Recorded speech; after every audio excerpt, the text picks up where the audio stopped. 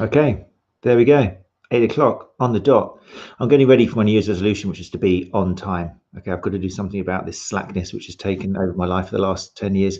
8 o'clock, guys. I'll be here always, forever. I promise you. Oh, damn it. I can't promise that because I know it probably won't happen. But anyway, welcome to Sports Therapy Association podcast. I'm going to have to call it more because I believe some people have been looking for our podcast by entering Let's Talk About, and that won't come up. We are down as the Sports Therapy Association podcast. So we may have to phase out the Let's Talk About so people can find us. Welcome. If you're joining us live, then fantastic. I always recommend you do join us live because we're really proud of the group and the interaction and the networking. And if you leave a comment, then I can bring you up on the screen because I'm using Belive software. So there you go, marks in, evening all. So it is a great way of interacting with other soft tissue therapists. You haven't got to be a member of the Sports Therapy Association to be part of this. Anyone can come along. It's a nice way to see what we do and what we're about and meet other members, but you haven't got to be a member to come. Hey, Becky, how are you? Good to see you. Looking forward to this chat. Me too. I just had a chat with a guy. It's very cool. Very cool. Timothy as well. Nice to see you. Caroline, thanks for coming along. Gary is taking a back seat tonight, but he is there in case there's any difficult questions. How are you doing, Gary? Congratulations again to Summer. It was so nice to see the response of Summer on graduating. And yeah, fantastic. Really nice. Good evening to you as well, Deborah. Good evening to everybody. If listening on YouTube, then that's great. You can also tune in with us on YouTube if you don't use Facebook. And you can also listen to this as a recording afterwards on all good podcast apps, if that's your choice. So tonight, very excited to bring Nick Ng, good pronunciation there, I think, who is the founding editor of the Massage and Fitness magazine online. Brilliant publication that I've had the joy of knowing pretty much since 2014 when it started. But I feel that in the UK, we're missing out a little bit on, I know it has got UK readers, but I'm hoping a few of you haven't come across it yet because it's a source of fantastic information. And one of the only ones out there, I think, as far as I look around in terms of putting the evidence back into massage and soft tissue therapy. Before I do that, thanks to Gary and Scott last week. Really nice feedback about the survey that Scott put together. About what people want from their professional association. The survey is still out there if you want to take part in it, and do try and take part in it and share it. It really is a nice example of how therapists themselves can get more involved in research. Putting out surveys like this is useful, and we need more of it, particularly for us, because it lets us know what people want from an organization like the Sports Therapy Association and whether we need to change anything. So do keep filling that out and share it with your friends. It's still available. I think Scott's putting it on until February or something. YouTube, we're cracked 200. Check us out. We're on our way now to 300, and then the world is ours. So yeah, do still subscribe to that if you can. And also, obviously, the podcast, Apple is the best place to leave a review and rating if you're feeling charitable and you want to help us rise in the ranks and reach new people. If you're an Android user, then you've got to log into iTunes, which you're probably not going to do. So just iPhone people will be fine. Android, don't worry. I know you're never going to open up iTunes again in your life. So there you go. Right. So tonight, I'm really excited. I've been thinking about this for the last 2 days because I'm really, really conscious. You might have seen some of my posts on, well, my few posts on Facebook. So I'm having a detox from social media. I'm really paranoid now about kind of avoiding echo chambers on social media. It's really getting me a bit down. And I love you to bits, the people who come here, but I think quite a lot of you, unless you're new, are already on this page. Okay, I don't think you're going to hear anything tonight apart from a great source to see this information to tickle your confirmation biases. But I really want to gear tonight to be an episode 45 minutes for people who basically have got the balls to actually want to evolve, who want to kind of tune into something to challenge what they've been taught a little bit. So I want this to be tonight to go over ground and introduce some ideas with the help of Nick for therapists who still believe what basically they were taught maybe last month, maybe a year ago, because I'm really, really trying to champion easy, nice, friendly ways for therapists to evolve rather than emojis and laughing and winks and kind of playground banter and chat at anybody who dares to say that they're breaking down scar tissue, because we've all said it. And if you've been in the game for more than 5 years and you say you haven't said it, then you're lying, because you would have done. You would have said it, and you would have stuck your elbow in and said to somebody, "Oh, drink this glass of water because it'll help the toxins go."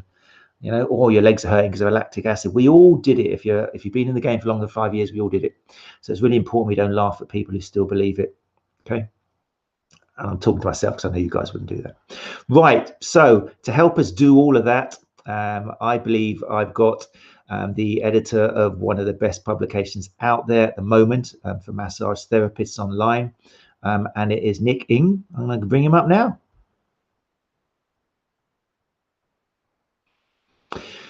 Good evening, Mr. Ng. How are you? Oh, you're still on mute, by the way.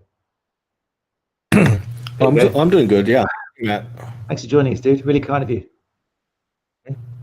Do you accept what I've labelled you with the best publication online for massage therapists out there? Is that okay? Well, I wouldn't say we're the best, but it's something that we're still evolving. It's not something that it's like, oh, we know it's like the go-to source for it. But I just really like to see this to be more like a reliable resource that's constantly evolving and changing, depending on the information that's out there and how trends in social media and technology works. So there you go. I'm still learning. After 6 years of doing this, I'm still learning. Yeah. Fantastic. No, I appreciate you giving us your time. And I'm interested, actually, people in here, people who have joined us, don't feel embarrassed. I mean, it is the founding editor here, and he's looking at the numbers and leadership. I want to know whether these are all going to be in the UK. Yeah. I'm interested to hear, people, whether you've actually been into muscle. Let me bring up the website for you. Let's do this here. So we're talking about the Massage and Fitness magazine, which is online. Great website, massagefitnessmag.com. I want to know, out of the 25, 30 people here at the moment, whether you've actually been to the website or not. And don't feel ashamed if you haven't. Don't worry, you won't be judged. I'm interested in knowing. Okay, a little bit of research. So there you go. You can put that in the comments as we speak. Right, so let's introduce you, Nick. Let's imagine that no one knows you. How did you get into this?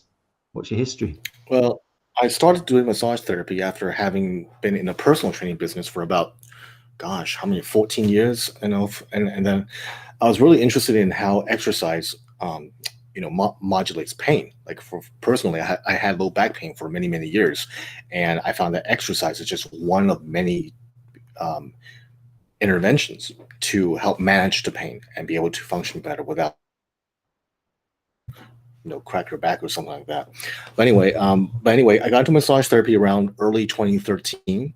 Went to school there for about a year and a half, and then I decided, there's not a lot of reliable information out there. I was still a massage student in early 2014, and I was looking up all these different techniques, reading up about how massage works. Why do some people feel less pain or more pain, or what's this redness on my skin after getting a rub down? So it's like, but there's no concrete answers. A lot of the answers are very based on a lot of what we call like folk knowledge. It's just narratives are passed on from one generation to the next, but there's no, which is okay, I guess, in some ways, but how can I put it this way? It just doesn't sound concrete. It doesn't sound like it's genuine to me. So instead of looking at massage therapy, I looked at other branches of disciplines like physical therapy, sports sciences, and even psychology, and see what they say about how we feel pain or even pleasure. So that's where I started my journey into asking these questions and finding out why, about how massage works and why it works and so forth. And later I encountered Paul Ingram on his website, painscience.com, and that changed the way I think about how to approach this. And this was like before I even went to massage school. Around like late 2012 was when I started reading Paul Ingram's work. And then later I was introduced to Diane Jacobs' work, and I also with Dr. Jason Silvernail. and listened to some of his stuff. And later I got into the San Diego Pain Summit in 2015 that was hosted right here in San Diego. And that gradually just changed the way I think about massage therapy and physical therapy and exercise, how they're all, woven together to help us, take care of ourselves, how we modulate pain and all that. And so I decided, since no one is really doing anything about these publications out there who are not updating their information. I mean, I see all these complaints on social media and Facebook forums. People are complaining 24/7, but no one's doing anything. I mean, if you're not doing anything, why are you complaining then? So I thought, well, I'll just take care of this. So I got a few people who are interested in doing this, and we decided to just, aggregate our knowledge and expertise to create this publication that is based on good science, based on ethics, based on public health. And it also targets massage therapists as well, and see what the responses are from then on. I have a background also before I became even a personal trainer. My background was actually into newspaper production and publication for our college newspaper at San Diego State University back in the late 90s and 2001. And that's when I got the work experience and working in publications, and therefore I used that. Funny thing is that I never really used that that skills I had, almost 20 years ago, and applied that into what I'm doing today. And so that helped me a lot in creating the actual magazine. So in fact, I have one right here actually. Here's one of the publications that we had before, which is based on about the CLPS, and we actually had a print copies for about 1 year, but it got to the point where it got way too expensive for us to print, and there wasn't a huge demand for it either for print copies. So the model that we used for about 4 years didn't work for us in terms of for our business. We were losing money every year, so we decided to abandon it and decided to do a new model instead, to just, why don't we just do it all for free, basically. We used to be a subscription-based business, just like the Atlantic or the New York Times or the Guardian. Is the Guardian subscription-based? No, it's not. Never mind, I don't think so. But anyway, so we decided to just go for just using a different model of running our business and how we produce content. That's all. Right, so you've heard it from the man himself. It's free. So I know these guys like something that's free. But you're so modest as well. So I love the way on your webpage that you actually kind of warn people there is advertising. This is why we're doing it. And you're kind of saying, I'm sorry about the adverts, guys. This is how we manage to pay for what we do. No one would normally do that. They just stick out a website and have advertising. So no, it's a fantastic. I think I was right in saying I haven't come across really anybody putting out as consistent information about evolving and updating massage as you guys. I might have missed it. Maybe I just found you and didn't look any further, but I just want to have a little look, and don't get down by this, Nick. Okay, I don't want you to start thinking, oh my god, thanks, Gary. STA Gary said, never be afraid to redesign your business model. No, I never did, man. Even back in the personal training days, man, I had to redesign like 2 times during the 14 years span, because I used to be a huge follower and disciple of that the FMS, the functional movement screen, for like 7 years. So around 2011, 2012, I pretty much abandoned it and decided to just say, no, let's do a different model. So I've done that before, Gary. Thank you for that encouragement. I really appreciate it too. I'm serious, man. Thank you. We've all been there. I came from NASM. In fact, the only time I ever went to San Diego was to go to an NASM conference when they did it down there back in 2004 or something. So I did actually go to San Diego. It didn't work out. Nice. I fell out and ended up going to Huntington Beach for 2 months. But I have been in San Diego for a couple of days, and it was interesting. Well, it's different now than 2004. Yeah, I'm sure it was. Yeah. The bar I sat in was pretty much sawdust and spit, and the waitress, I'll never forget her. She was an interesting character. But anyway, that was San Diego, my experience of it. So have people in here been to the magazine yet? No, we've got no, not yet. Sorry, I haven't. Very English in here. Everyone's saying sorry. No, I'm sorry, I haven't. No, not yet, but I will do soon. Simon Hill never visited the website. Deborah Victoria, no. Oh, Carol Brown said yes, she had a look at last week. Okay, that doesn't count, Carol. That's because I put the advert out. Okay, well, I'm pleased. I'm really pleased. This really means a lot to me because I was really worried that all of you guys would have been to this place before. So, well, you can thank me later. It's a great site and you need to be sharing this now. Rachel, you got Rachel right there. Someone looked at Rachel Zofness's website for psychology of pain. Yes, in fact, she actually sent me her book recently. So I was very thankful for Dr. Rachel for giving me this book to review and see what it is. And it is a pretty good book from the looks of it so far. I haven't dug into it yet, so I will this next week once I am finished with a couple of things I need to do first. So brilliant. There we go. Becky Carroll says, I will be going there after this. Fantastic job done. And then Leslie, old timer, obviously says, I refer back to the mag quite often. So, thank you, Leslie. Hey, Leslie. So great. I'm really pleased. I'm pleased to hear about that. Okay, so the idea then, Nick. So we've got your background. Very similar to a lot of people. You're suffering from pain, and you wanted to find a solution yourself, and you started looking into it, being a learned person. And you thought, hold on, what's this information about? And then you started thinking, well, I love the way you thought everyone's moaning, but no one's actually doing something about it. That's very pragmatic. That's pretty much it. I want to give some examples of articles on your website. I mean, there's an awful lot. I'm just going to bring this up now.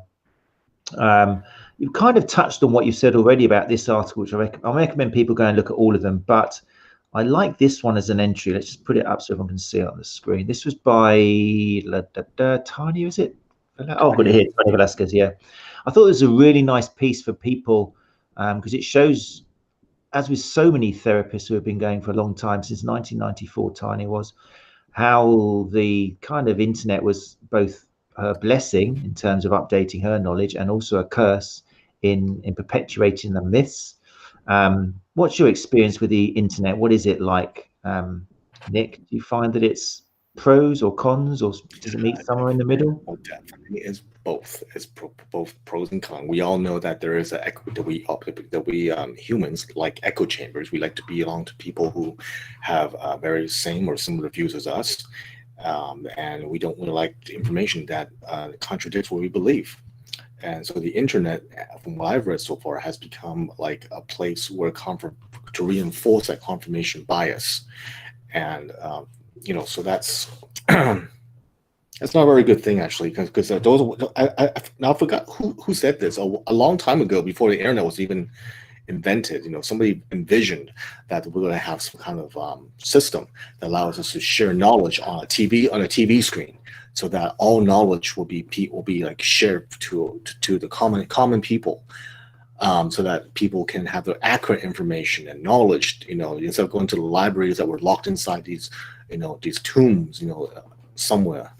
And but that didn't happen. A lot of this on the internet actually kind of, in many cases, it backfired a lot of information. We looked at the vaccination movement, for instance, and also people who believe in a flat Earth or UFOs. So that's another thing there. But for some people, like you and I, probably find the internet is a great source of information, just to get instant access to what we want to know. Like if you want a systematic review of low back pain versus we can find that on PubMed instantly. We want a good laugh, we go to YouTube and find our old TV shows, just like that. I kind of see it. The expression, is the glass half full or half empty? I think the updated version of that is the internet good or bad. I kind of see it that way. At the moment, I'm seeing the internet is bad. I'm feeling a bit pessimistic with it, and I'm having a detox. But I think it's sometimes you see it half full, sometimes you see it half empty. But yeah, it is. I think it is screwing up a lot. But with regards to our industry, it does still perpetuate a lot of myths, doesn't it? I think in that piece it mentions how people now, when they do a Google search, they just go straight to the one which confirmed what they were looking for, and that's it. And they click on it, and they're like, happy days. So I think there's a skill, I think, in this piece Tanya says about how to actually use Google as an index, how not to just jump straight for the thing which satisfies what you're looking for. So it's a good piece. I'd recommend you have a look through it. Let's have a look at another one. This was interesting as well. Different types of massage. Let me just put it in so I can see with my old eyes. This was by staff. Does that mean it was by you? Is this staff? Basically, a staff is basically is a collective work from several people combined. Okay. Basically, Gotcha. this one is not really like an article per se. It's more like a little list of different types of massage. So it's kind of like if you go to a shopping for groceries, you want to know which section of the aisles you want to go: dairy, meats, cereal, coffee, whatever. But so this is kind of like one of the pages that categorizes certain topics together, so that you can find the topics easier without having to sift through, which article, where did I find this, so just like a one-stop shop. What's your take on different types of massage? I know later on there's articles like what is deep tissue, what is sports massage, what is smooth massage. What's your take? Well, after learning about how the history of pain science, from like Descartes to Melzack, for instance, and learning about how the nervous system and the hormones and the immune system works in terms of modulating pain and pleasure, almost all types of massage are pretty much the same thing. It's pretty much touch, given context. There's not much of a difference. Now, the major difference I think we should not leave out is the narrative behind certain types of traditional massage, such as like you find Thai massage or types of massage therapy that you might find in different countries that existed before colonialization. And so they have their own narrative, which is, some of them might be entirely wrong. For instance, a lot of like biolism still exists, but the narrative behind for the people of that culture is still important to them. So that will be the biggest difference, I would say, behind different types of massage, like Lomi Hawaiian massage versus Thai massage, or the Toinat or Shiatsu, for instance.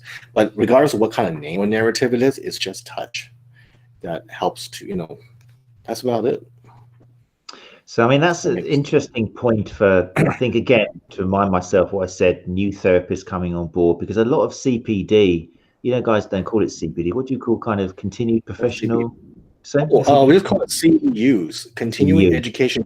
That's in the US and Canada. Right, yeah. Hi, Daniel. Good to see you. Daniel, I think, is bad mouthing you, saying, how long you got with that question, Matt? Nick will talk for ages, I'm sure. Ha ha. Oh, he is welcome to troll me all he wants. Yeah, a lot of CPD in this country was for soft tissue therapists, often sold by the same school who's kind of got your original training, is learn a new technique, learn a different type of massage, do this type of massage. And, and what you've kind of said, that pretty much massage is all about the touch and the same, kind of discredits an awful lot of CPD out there, I would think. It would actually, in analogy, it would be very similar to martial arts, how I look at it. The means of martial arts or self-defense in general is to get away from harm, is to protect yourself, or to defeat your opponent in some way and survive the encounter. So it doesn't really matter what kind of martial art you use, like kung fu or traditional boxing, wrestling, jiu-jitsu, whatever. As long as you survive that encounter, you're good. So it doesn't matter what kind of style you use. It's just a matter of does it kind of make sense so far? It's just kind of like, it doesn't really, the style is not that important. It's what matters is what the meaning be beneath that style. Okay, I'm trying to think of how it's kind of like, yeah, because you have all these different techniques, like different massage techniques or physical therapy manipulation techniques and stuff, soft tissue manipulations. But it's kind of like martial arts. It's just kind of like it doesn't really matter what you call it. It's just a way. It is a, oh gosh, it's like on the tip of my tongue right now. It's very similar to Bruce Lee's Jeet Kune Do, JKD philosophy. You don't want to just categorize each thing on its own, but it all have the same mechanism beneath it. See, but it's very philosophical. It's great. I've never put it into that category before, but I'm suddenly thinking that maybe something like cupping or kinesia tape is the equivalent of Aikido, where it looks really cool, but you try and use Aikido in a bar fight and it's not really going to work. It's not about whether it works or not. All of them probably works. Kate, it's a matter of like, like different, like people try to like market themselves or brand themselves in a certain way. whether it's a manual therapy technique or dance technique or self-defense technique. Nick Ng's grappling school, for instance, which is based on a combination of jiu-jitsu or whatever, and then it's like it's just still jiu-jitsu at the end. Okay. It's like different manual therapy techniques. So that's how I look at it. And in fact, another way to look at it is also like Dan Jacobs' dermal neuromodulation. It was meant to be a cohesive idea to explain all manual therapy, how it works. So its philosophy to me is very similar to AD, a unifying narrative that explains how and why nearly all techniques work. I like in certain ways. I'm just imagining Diane in a yellow kind of jumpsuit with a black stripe down the side. Sorry, I just entered my head. I was just trying to make that work. Hey Diane, I hope you're watching this, man. Yellow jumpsuit, man. I want to see her yellow jumpsuit and see what happens. Definitely. Okay, right. So, yeah, a few people like that analogy. I like it. Yeah, I'm going to still be thinking about that tonight at 1 o'clock in the morning. Oh. Let's pick up another article that's on here. Loop on a solo. Yeah, see, this is interesting. Lymphatic massage, lymphatic drainage. This is an example of a type of massage which is kind of sold a lot. It's very popular.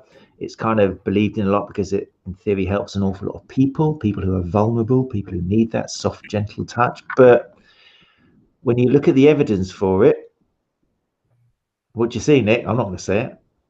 But it's the evidence is a lot of the claims are not there, like removing cellulite or to reduce increase lymph flow, basically. Yes, there is some evidence for people who are bedridden or recovering from surgery or chemotherapy for it, but no one really knows about the mechanism behind it. That's the thing. It was never really really got to the nitty-gritty details about how it works and why, and how do you even isolate the lymph system? You have so many different layers of tissues from here to the bone. I mean, how do you even isolate the lymph system? So I don't really know, but from what we understand about the lymph system is that it's because it doesn't have a heart like the cardiovascular system does. You're going to have to use muscle contractions to help move the lymph. So for somebody who is healthy and is able to move and exercise, that alone should be good enough to move the lymph fluids around. Now, with somebody who is bedridden, for instance, like in a hospital or in a hospice, then MLD might have some benefit to it, but it may not even have to be LMD. It could be just regular Swedish massage that helps to move the the muscles and tissues, whatever, just to move it around. So. Do you still talking about kind of circulation and that? Because that's another one. The idea. Do you still, when you practice massage? I was teaching some students the other day, and it was hilarious because I had 3 students, and I said, right, let's have a look at what you do. These were kind of level 3, they're experienced students, they've done classical massage, and they all showed me a little leg massage, and they all started moving kind of proximally to distally, and I was kind of like, what are you doing, guys? Why are all 3 of you kind of like, they were kind of. For me, I was always taught, and the reason I was taught it is because if you're going to massage a leg, for example, effleurize the whole lot, that's fine. But then make sure that you clear the area of the thigh first of all. Because if you go straight to the calf, you're not going to be able to help that circulation up the rest of the legs. You've got to go kind of proximal first and then go distal and then do the whole lot again. And that's what I was taught using the circulation kind of idea. And they were going the other way. And I found myself in this really difficult position because I was saying, because I kind of examined them and I was like, guys, I kind of prefer you to go the other way, like do the quads before the calf. They're like, why? And I was like, I don't know. That's the way I was taught. And it's kind of weird. And in the end, I had to say, do what you like. But it's like what you just said is similar to like martial art training. He goes 1, 2, 3, 4, 5. But in a real fight, you're not going to do 1, 2, 3, 4, 5. You do whatever it was. You adapt to the environment. You adapt to your patient. You listen to your patient. You look at their history intake and see how they respond to the treatment. So it's just like I said. That's Does that make sense so far? So it's like, yeah, it doesn't make sense to me either from what I'm hearing so far. So it makes better sense to just kind of hear out what your patient says or your client says. That's a good answer.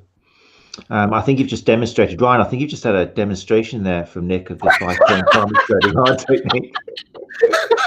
That's what he just did. He doesn't even realize it. But, yeah, for next movie, man. I can make a movie out of this. You guys give me some good movie ideas, man. Ryan, thank you, Ryan. And Carolyn McKendrick said, cellulite removal?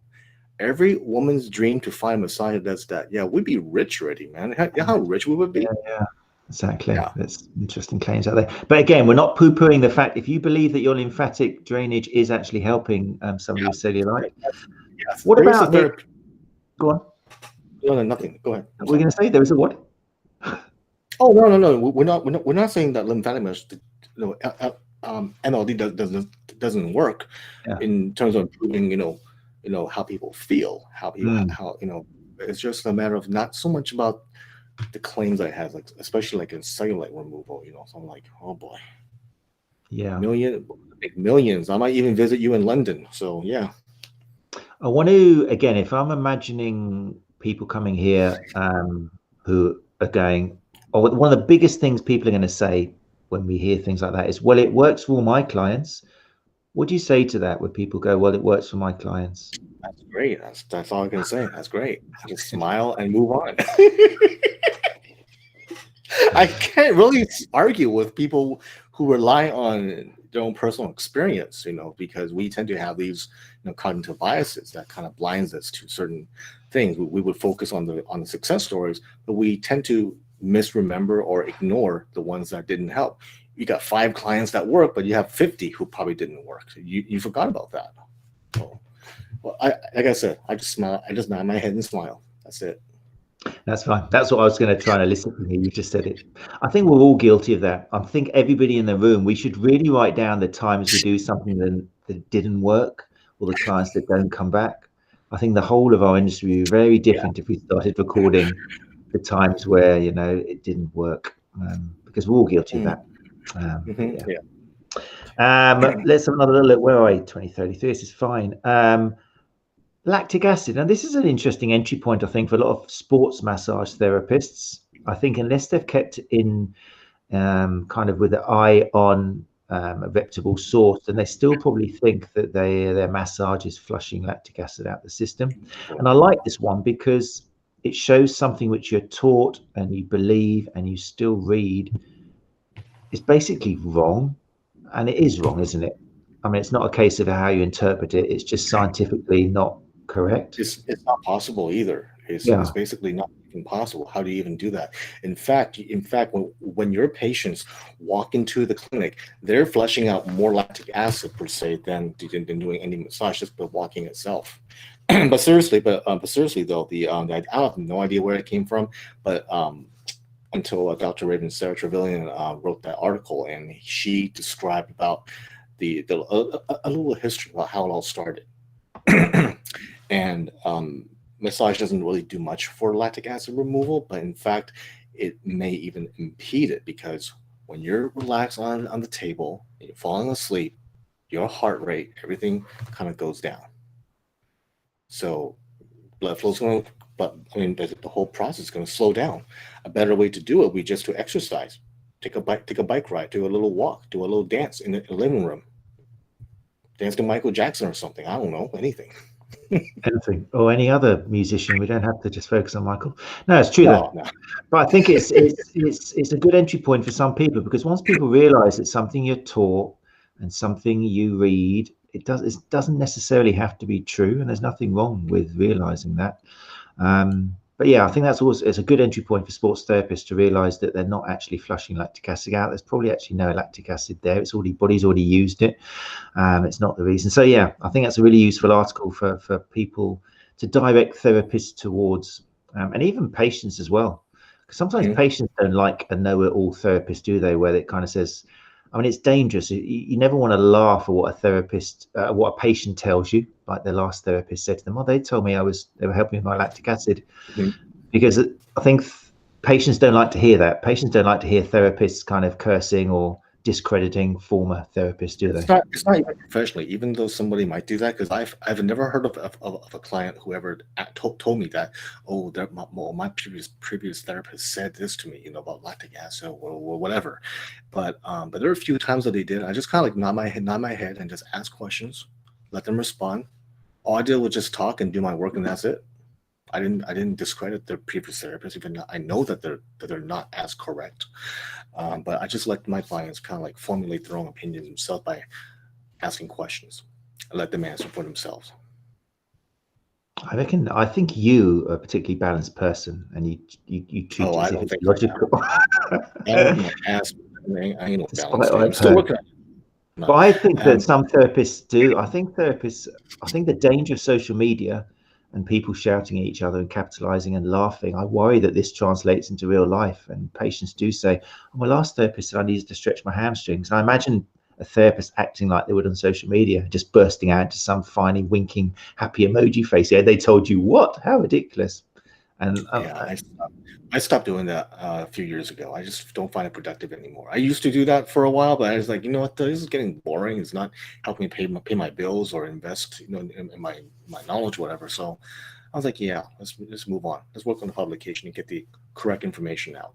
So our publication focuses primarily on on research behind certain aspects of pain, exercise, and touch.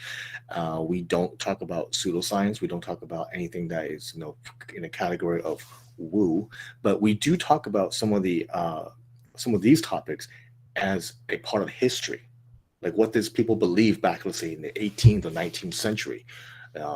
As part of it, and how the knowledge begins to change. We don't take those knowledges because who knows, maybe the stuff we learn right now, 100 years from now, we're going to say, oh, this is a lot different than it was before, and it's this is not as correct, the information that we have right now compared to like 100 years from now, for instance. Yeah, what was the piece you wrote when you were talking about the Aztecs and you were going back? I can't remember. It was a piece you wrote quite recently, I think. The Aztecs, what? I think you were talking about, you were looking back in history at kind of like, I can't remember what it was. I think it was something to do with it. I think it was the history of reflexology that I wrote last summer. It was a very interesting, because in reflexology did not originate in China, actually. It kind of did, but the Egyptian, there was actually evidence of that kind of practice in ancient Egypt, like in the like even before the Great Wall was built. No one really knows whether both cultures in Egypt and China has some kind of foot massage, that they have a narrative that weave around it of how it works and why. Maybe they had to do a narrative to to help people understand it. Why you're doing this to me, In fact, they were actually used for primarily for kings and pharaohs. It wasn't like for the common people. Yeah, that's a great piece, and that's an example of the information you'll get from some of these articles. You really do love putting as much as you can into it to keep the interest there. Unfortunately, this whole project here is mostly myself. I would say 90% about this whole thing is a one-man band, basically.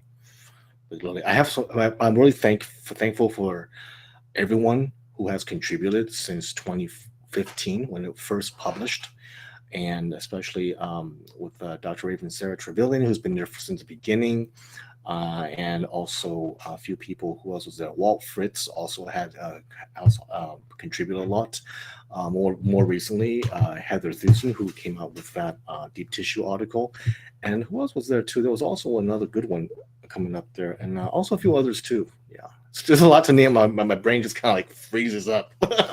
That's good. Well, you can go, guys. You can go along on the website. You've got an author's page and it gives some information on people as well. Yeah. Leslie here is saying Nick is great at answering on Facebook pages in a really controlled manner. That is helpful. Oh, I need extra coffee for that to control. You know how much work I have to do in my cerebral cortex just to control all the words I want to say, but that's like, no, that'll get me in trouble. Actually, so I don't want to do that. It's a very good job. You are one of the pacifiers. It's good to see, rather than the hotheads around you, the Larses and the who get a bit excited. Becky's funny, man. I'm trying not to laugh too hard at her comments. What else have I got here? Let me bring this up. What was this one? Oh, this was the fascia. This is always an interesting subject. Again, I'm not sure if it's less than it used to be, but again, it tends to be you want to specialize in what you're doing, get into the fascia, start I working with the never fascia. got into that even as a student. I mean, how do you even stretch something that you need a scalpel to cut? I mean, I've seen dissection. I've never done dissection before. I've seen it on YouTube, just to see how surgeons do it. And they cut open the dead body, for instance. And it's just, I don't think it's possible just from observation. In fact, You have if to you want to, put your fingers on there slowly and it melts in. Have you not? You obviously haven't done level 5. oh my God, I'm poor, man. I'm in borderline poverty. I can't afford level 5, dude. Oh, right. Yeah, well, you know the magic, you know the tricks. I wouldn't say I'm poor, but it's cheap. So Oh, that's different. It's very different. But yeah, there's a big attraction to fascia, isn't there? And it's still quite rife in the UK. I mean, it is. oh yeah, no, it's still pretty much, yeah. Oh, And with patients as well, unfortunately, because word wildfly gets around. As soon as there's something different and new, if someone's got this Achilles problem, whatever it is, then I'll work with the fascia. You know, boy. even podiatrists are working with it. It's still very big, still This very whole thing is- exciting. This whole thing is, dude. I think this whole thing is like whole. I think just people who are into evidence-based and science-based practitioners should be doing better marketing, better branding, better marketing. Because look what the other people are doing, man. They're out there selling courses and making hundreds of thousands of pounds or euros, whatever, and everyone else is on Facebook, just BSing on forums and making a shitstorm behind it. So I'm like, you know what? Once just focus, put that energy out there in advertising and marketing, man. Learn how the other people communicate. Learn what they're doing and see what you can do to make it even better to communicate to the public and even other manual therapy students. So that's what I'm focusing on right now. I'm not even on social media that much anymore. That's good. Brian Huxley here has brought up the point. The main problem is old syllabus still being taught. I mean, this is a problem. I don't know what it's like in California, but yeah, a lot of the courses are still putting out the same myths. It's still, Brian, a quick question for you, man. Are you an instructor by any chance? Because I know nothing about you. Just give me something in my mind here. But this seems to be like an idea. This is like international. This happens in the U.S. and Canada. In fact, the Canadian RMTs, which I look up to a lot, but they're still teaching like stuff 30, 40 years old on their syllabus. And the question is, why is that they have a hard time updating the information? I have no idea. 7 years later, I still have no idea. No idea at all. Question. I'm not an educator. I'm not in schools. And so, being in the publication business like this, I can change it pretty quickly. The information I can go back and update some information if I need to. So, see I mean, Gary, for example, here, who's protecting income streams, perhaps. Oh, maybe. It's like again. What? No, you got to say. Don't worry, no one's going to watch this. No one's going to watch it. Yeah, right. You want, Nick? Lie to me, man. Lie to me. I mean, it is normally money makes things go round, but I don't know. I think there's diseconomies of scale as well. I think they've got so big, certain schools, that to change it would be such an upheaval and take so much organization, which they probably haven't got anymore. I don't think it's people worrying about losing money. I think it's just laziness and just being too big to actually change it. I don't know. You got to change the test too, and to test what they test you about. I mean, 10% of my tests were based on what color is your chakra. So I'm like, what the fuck? So it is tricky. It is tricky. The amount of tutors out there who are having to tell their people, look, when it gets to the real world, you're not doing this. This isn't going to really happen, but you need to say this to pass the exam. I've had 3-4 years of doing that, and I get a bit tired of it. I'm like, when can I teach a syllabus while I'm going, yeah, this is fine, learn this. This is the real world, and it just hasn't happened for about since I've been teaching anyway. It's hard. Don't know how we're going to change it. Walt Fritz is one of the people that I actually highly respect because he changed his narrative a lot. He made some big changes in his past. So, yeah. In what way? Yeah, he basically walked out of the traditional MFR crowd and created his own. in some ways, like Paul Ingram, we even with Massage and Fitness Magazine, we just kind of like branched out on our own because we no longer want to adhere and ally ourselves with certain groups anymore. We just don't. Yeah. No relation to Sandy, is it? I'm sorry? You know Sandy Fritz? Sandy Fritz, I've heard, yeah, but I've never met her and talked to her before. Why? No, just a book that students always ask me. I saw one book of hers, which is actually quite nice. It's been updated and it's kind of incorporated a few things. I just thought the surname might have been connected, but not. In the comments here, we're talking about, I remember when Walt was first spotted at the SD Pain Summit. That was Leslie there. Was Walt at the Pain Summit? Oh, you're mute again, Nick. Can't hear you. Why can't I hear you? You clicked a button somewhere?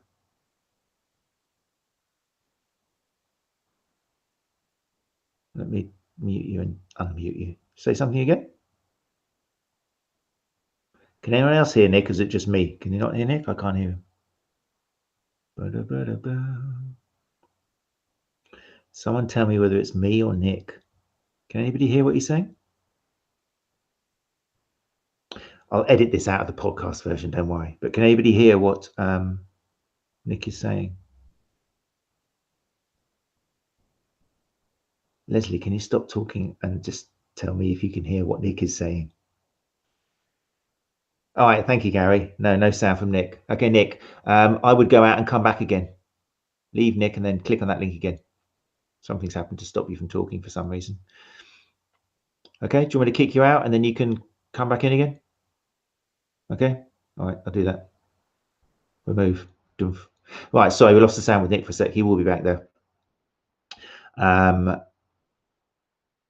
Okay, so people, whilst Nick is solving that and coming back, I would really encourage you to have a look at the Massage and Fitness magazine. If it's just stuff which you already know, which I think for quite a few of you it is, then use it as a source to help educate other therapists. It's very friendly, it's nicely written. It's no coincidence that Nick is a fan and in the same camp as Paul Ingram. I think it's the same kind of narrative. It's very friendly. Let's just bring that back up again and get rid of that. Okay, you're back. Can we hear you? No, I can't hear anymore, mate. It stopped. Is something? Can you hear me? Oh, you can hear you now. Oh, right. All right. Great. What that was. Technical error here. I was just saying how a lot of the stuff, I don't know whether it's the people you use because you picked them, but I kind of put it in the same nice narrative as Paul Ingram, for example. I think it's obviously written by people who've been there, who doubted themselves, who have kind of evolved, and that's where the message has to come from. Is that your intention, or is it just the people who you've kind of surrounded yourself with? It's people who that I chose to write with us is pretty much have shown themselves online and in person when we talk face to face at conferences that they are genuine. First of all, they know not only do they know their content, they're also aligned with science and critical thinking skills and being open to being transparent, being honest to the public whom we serve. Very good, powerful answer. Yeah. Critical thinking is another thing which I think needs to be put into the syllabus a bit more, just encouraging therapists to go, hold on, can I really palpate that? Can I feel that? I know you're telling me this, but can I really feel this? Because again, I have to teach it. I have to teach students to try and look for the kind of, posterior superior crest, and half the time you just can't find them, and one's higher than the other one anyway. And it's like, again, you have to do it in the exam, you have to do it on assessment day, but you're not really probably going to use it much. But yeah. Anyway, right. So what is the future for the Massage and Fitness magazine? We are changing. We're basically we're trying to establish a base, basically a base where people can will become like a source. We want to be like one of the most reliable sources of information regarding pain, touch, and exercise in relation to manual therapy. But it's not just linked to manual therapists anymore. We're targeting mostly to the public. Most of our traffic comes from the United States, looking at about 2/3 of the traffic. The UK has roughly about maybe 9 or 10% of the traffic of the, so so we want to be like, when people look for certain topics, we want to be like on page 1 of Google, basically, and we wanted to have and be exposed to the most accurate information possible. But if you look up stuff like neck pain or text neck or any kind of hip pain, for instance, you'll find that roughly about half of the content you see on the first page or the second page of Google is like, it talks about your posture equals pain, or you need a foam roll to crap out of your IT band. It's like, no. Yeah. So we want to help get the right information out, and that's about it so far. So, and we're also looking for people who are willing to contribute to stories and also being interviewed for this. How'd you get out there? How'd you get higher than because it shows the problem that Google results are, because the more kind of attractive and often false the information is, the more people click on it, the higher it appears in Google search results. Yeah. How do you begin to combat that without becoming one of these kind of? I have no idea. I'm still learning this, bro. I'm still learning about this. I don't have an answer for that. I'm still like learning the ropes behind it. So I wonder whether the future is trying to fight that, or whether we just let that one implode. way. Yeah, but there is one way that I learned that is quite possible, is to have people not just share the work on social media, but also provide like something like a link, the link back to the article. The reason why, for instance, Wikipedia is like one of the most, like you type in like a car engine or like a foot anatomy, for instance, you'll find that Wikipedia will be on the first page for that. It's got a ton of links behind it. Part of the reason, and the links has to be legit, has to be organic. It can't be just somebody who just link it just because it's you. You just gotta be relevant to that article. So if you have like Run Chat Live, for instance, if you have something that has value to, let's say, to rugby athletes, for instance, and they're looking up for strength conditioning or back pain, for instance, then and you have a blog for that is based on good information, and then if I see that your article to be valuable to it, I would link back to it too, because you have a specific topic for rugby players. And if I have an article that talks about the broader scope of back pain, for instance, and I would use rugby as as one of the examples, then that will be linked back to you, and you will probably boost a little higher on Google for that. Yeah, Google is also fighting, fake news too, with Fox News and all that stuff. Yeah. You've seen Social Dilemma, yeah? I'll take it. Have you seen it? I'm sorry. Yes, I did actually. Yeah, I was required to see that for my journalism class. It's quite a wake-up call. I love the idea that we all see different news. We all get different results for Google. It's all twisted. It's all kind of depends on your viewing habits, and yeah, it's an interesting one.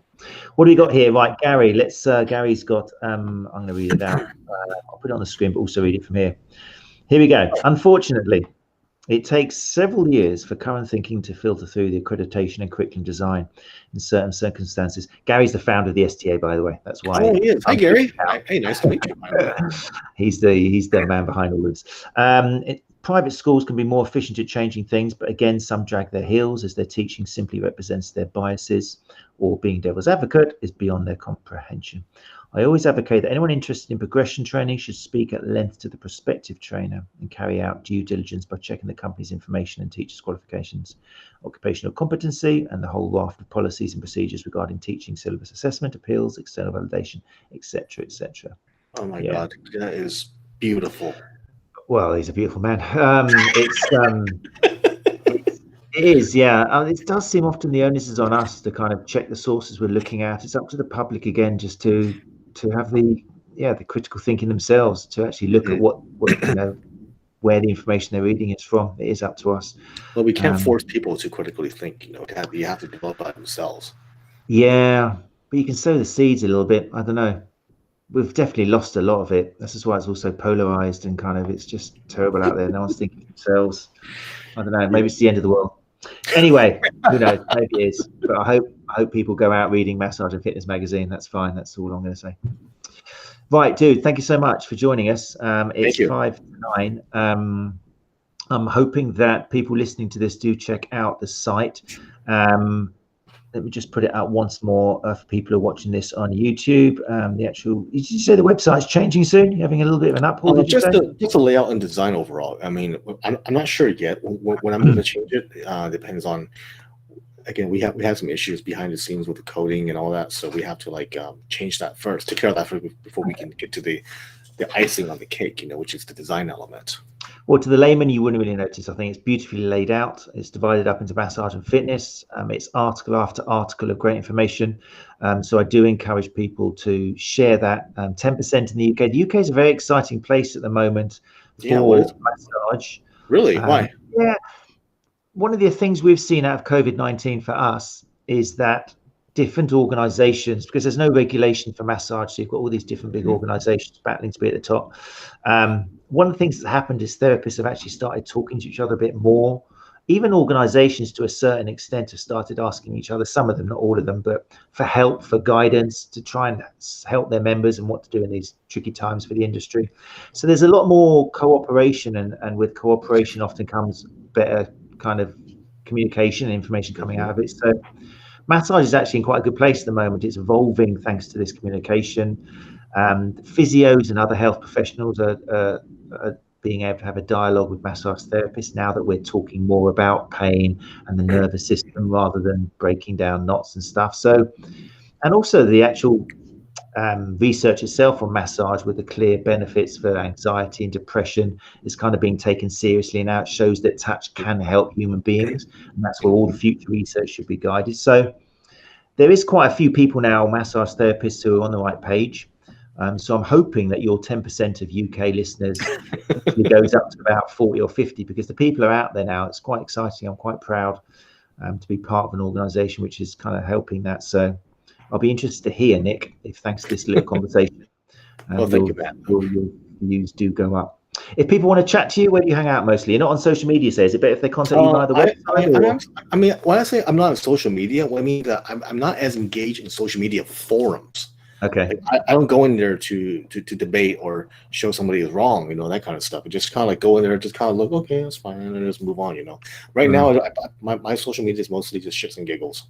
It's just that's all it is right now. But just kidding, man. Just kidding. But besides that, it's really for me to get information, to share information. And I am currently back in school for journalism right now. I have about 1 more year to go.